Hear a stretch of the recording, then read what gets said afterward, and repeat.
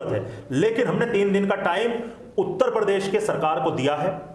या तो 3 दिन में इस लड़की के कातिलों को सजा देने की रणनीति बना ले, किस तरह दी जाएगी।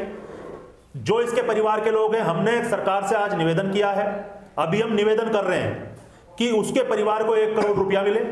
उसके परिवार से उसके 2 भाई हैं, जो लोग, उनकी भी जान को आज खतरा है।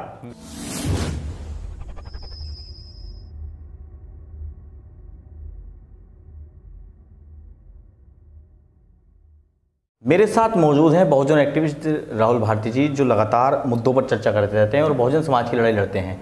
लेकिन आज उत्तर प्रदेश में जो दिल दहला देने वाली तस्वीरें सामने आ रही हैं, हाथरस में जिस प्रकार से एक युवती के साथ गैंगरेप किया जाता है, उसके बाद उसकी जीभ काट दी जाती है, रीढ़ की हड्डी तक तोड़ दी जाती है, और उसके बाद पुलिस का तानाशाही रवैया कि देर रात उसका शव जो है वो जला देते हैं। उस पर हमारे साथ बातचीत करने के लिए राहुल भारती जी मौजूद। सर, बहुत बहुत स्वागत है आपका।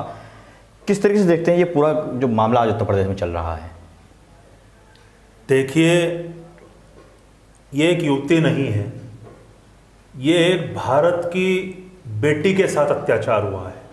एक भारत की बेटी की इज्जत लूटी गई है। इज्जत लूटने के बाद उसे ऐसा कर दिया गया, रीढ़ की हड्डी तोड़ के, उसकी जीभ काट के, कि जो उसने कल अपने प्राण त्याग के साबित कर दिया उसके साथ क्या घटा है। बड़ा दुख का विषय है कि आज वो महिला आयोग जो निर्भया के मामले में लगातार कार्रवाई कराने की बात करता है, प्रियंका रेड्डी के मामले में न्याय दिलाने की भारत के अंदर के जो लोग, जो भारत की जो जनता है वो बात करती है, आज एक प्रियंका के मामले में वो भारत के तमाम जातियों और धर्मों के लोग नहीं निकल के आ रहे हैं। ये बड़े अपने आप का दुख का विषय है।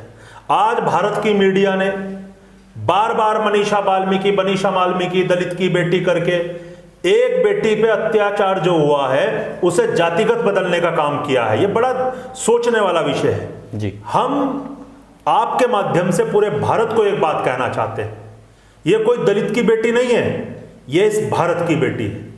अगर उसके साथ कुछ घटा है तो निश्चित रूप से उस भारत की बेटी के साथ घटा है। ना तो उसकी कोई जाति है, ना उसका कोई धर्म है, ना वो कोई गरीब है या ना अमीर है, सिर्फ वो एक अत्याचार सहन करने वाली बेटी है। इसीलिए पहले तो मैं आपके माध्यम से ये कहना चाहता हूं कि उसे जाति के रूप में ना देखें। और ये सिर्फ दलित संगठनों का या दलित नेताओं का काम नहीं है कि उसे न्याय मिलना चाहिए। भारत के तमाम उन एक्टिविस्टों का, तमाम भारत के प्रत्येक नागरिक का, 132 करोड़ लोगों का काम है जो उसे न्याय दिलाने के लिए अधिकारों की लड़ाई। ये सवाल मैंने आपसे इसलिए पूछा है क्योंकि जो आरोपी हैं, जो अपराधी हैं, उसके पक्ष में सवर्ण संगठन के लोग जो हैं निकल कर सामने आ जाते हैं। ये किस, मतलब ये पूरा ये जो बात मैंने बोली है उसी बात पे बोली है।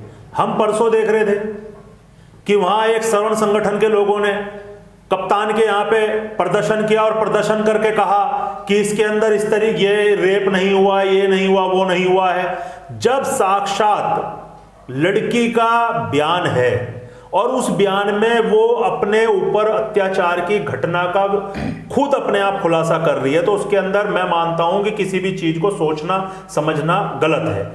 कल जब उस बहन ने दिल्ली में दम तोड़ दिया, उसके बाद हाथरस की पुलिस मौका वारदात पे, जहां पे उसके साथ घटना हुई, वहां पे जाके मौका वारदात पे 15 दिनों बाद जाके देखती है कि उस खेत की स्थिति क्या है।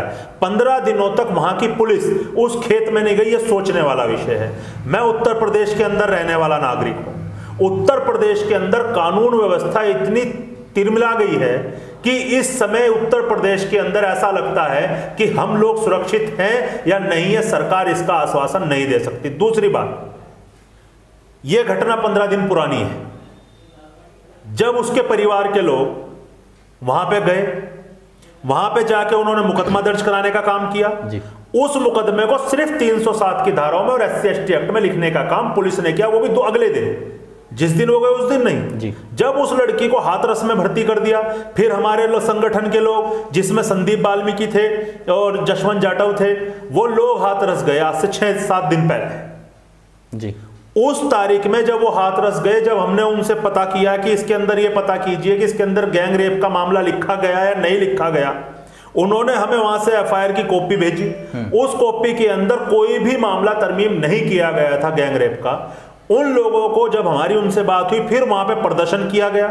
वहां के डीएम से, वहां के एसएसपी से बात की गई। उसके बाद जब प्रेशर पड़ा, जब जाके हाथरस पुलिस ने उसके अंदर मामले को गैंग रेप में परिवर्तित करने का काम किया। परंतु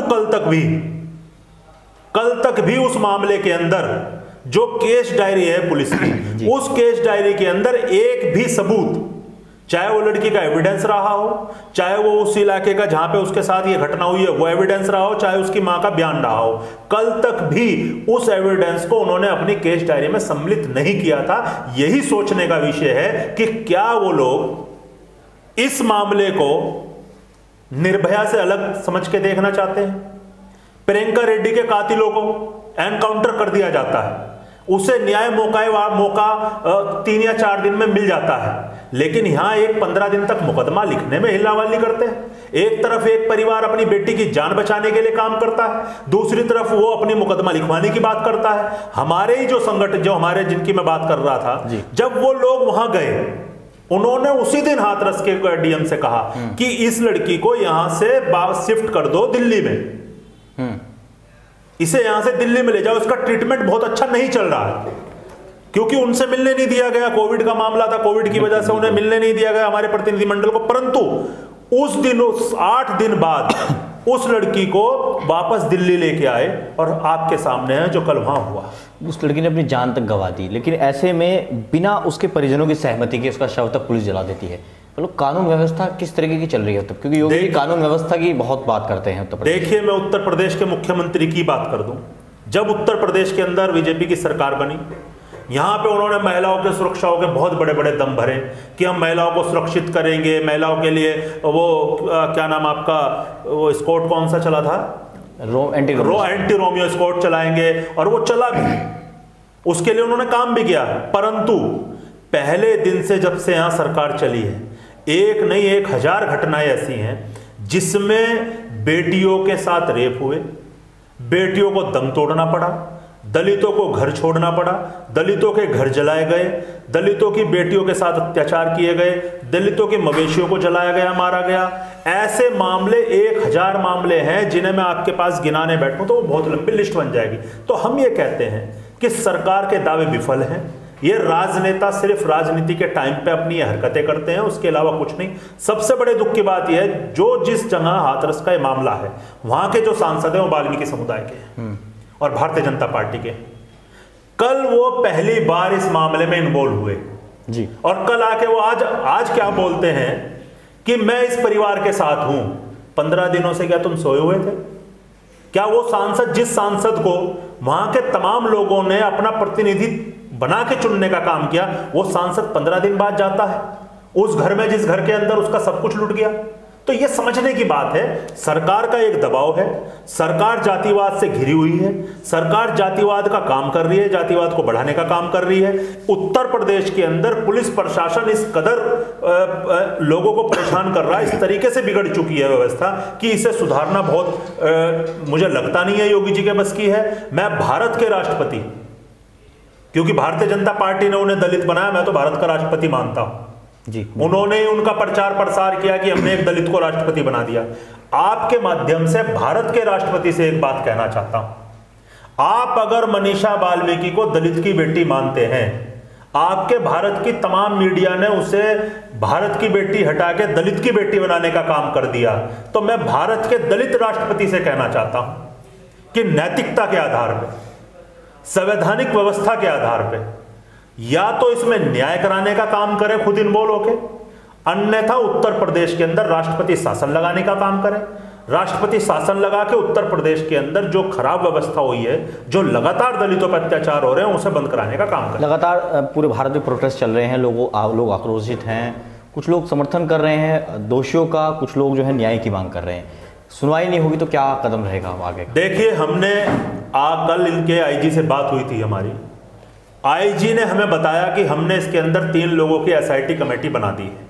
7 दिनों में एसआईटी कमेटी रिपोर्ट देगी मुख्यमंत्री को और उसके अंदर हम फास्ट ट्रैक कोर्ट में ले जाके इस मामले को इसका न्याय दिलाने का काम करेंगे। 10 लाख रुपए का मुआवजा कल सरकार की तरफ से उनके परिवार को मिला है, मनीषा के परिवार को मिला है। लेकिन हम ना तो 10 लाख के मुआवजे के लिए बात करना चाहते हैं और ना ही हम जो सरकार 7 दिन का वायदा कर रही है कि हम 7 दिन में एसआईटी की टीम बना के इसके अंदर एक निर्णायक मोड़ लेके आएंगे और दोषियों को सजा दिलाने का काम करेंगे। हमने उन्हें आज भी कहा है कि हमें 7 दिन में नहीं, हमें सिर्फ 3 दिन में वो रिपोर्ट चाहिए और 3 दिन में हमें तय करके बताए कि उत्तर प्रदेश सरकार फास्ट ट्रैक कोर्ट में ले जाके इस मामले को, क्योंकि इस मामले के अंदर कुछ है नहीं, लड़की के बयान है, लड़की ने अपने आप से कहा कि उसके साथ क्या घटा और मुजरिमों के भी नाम लड़की ने अपने आप अपने मुंह से लिए हैं। तो इसके अंदर मुझे लगता है कि कानूनी कार्रवाई पैरोकारी करना या उसकी लड़ाई लड़ना बहुत दिनों तक मुझे नहीं लगता कि इसके अंदर जरूरत है। लेकिन हमने 3 दिन का टाइम उत्तर प्रदेश के सरकार को दिया है, या तो 3 दिन में इस लड़की के कातिलों को सजा देने की रणनीति बना ले, किस तरह दी जाएगी। जो इसके परिवार के लोग हैं, हमने सरकार से आज निवेदन किया है, अभी हम निवेदन कर रहे हैं कि उसके परिवार को 1 करोड़ रुपया मिले। उसके परिवार से उसके 2 भाई हैं, जो लोग, उनकी भी जान को आज खतरा है। लगातार वहां के प्रशासन के कुछ लोग और कुछ लोग वहां के जो गुंडे हैं, वो लोग उन पर लगातार दबाव बना रहे हैं कि तुम इस मामले से विड्रॉल करो, इस मामले के अंदर तुम हमारा वो करो, इसके अंदर गवाही नहीं देनी है। वो गवाह हैं इस मामले के, उन लोगों की सुरक्षा का इंतजाम सरकार करे और उन्हें सरकारी नौकरी देने का काम सरकार करे। अन्यथा आज का दिन खत्म हो चुका है। अन्यथा 3 दिन बाद देश के तमाम सामाजिक संगठनों के लोग दिल्ली में बैठ कर रणनीति बनाएंगे। सबसे हमारी बात हो रही है लगातार, और रणनीति बना के इस भारत को एहसास कराएंगे कि एक गरीब की बेटी को मारने वाले लोगों के साथ न्याय कैसे किया जाता है। बहुत बहुत शुक्रिया। तो ये थे हमारे साथ बातचीत करने के लिए बहुजन एक्टिविस्ट राहुल भारती जी। तमाम मुद्दों पर हमारे साथ जुड़ते रहते हैं और उन्होंने उत्तर प्रदेश सरकार को 3 दिन का समय दिया है कि 3 दिन में अगर न्याय नहीं होगा तो वो जो है सरकार से न्याय भी लेना जानते हैं। आपका इस बारे में क्या कहना है, कमेंट कीजिए, इस चैनल को सब्सक्राइब कीजिए। धन्यवाद।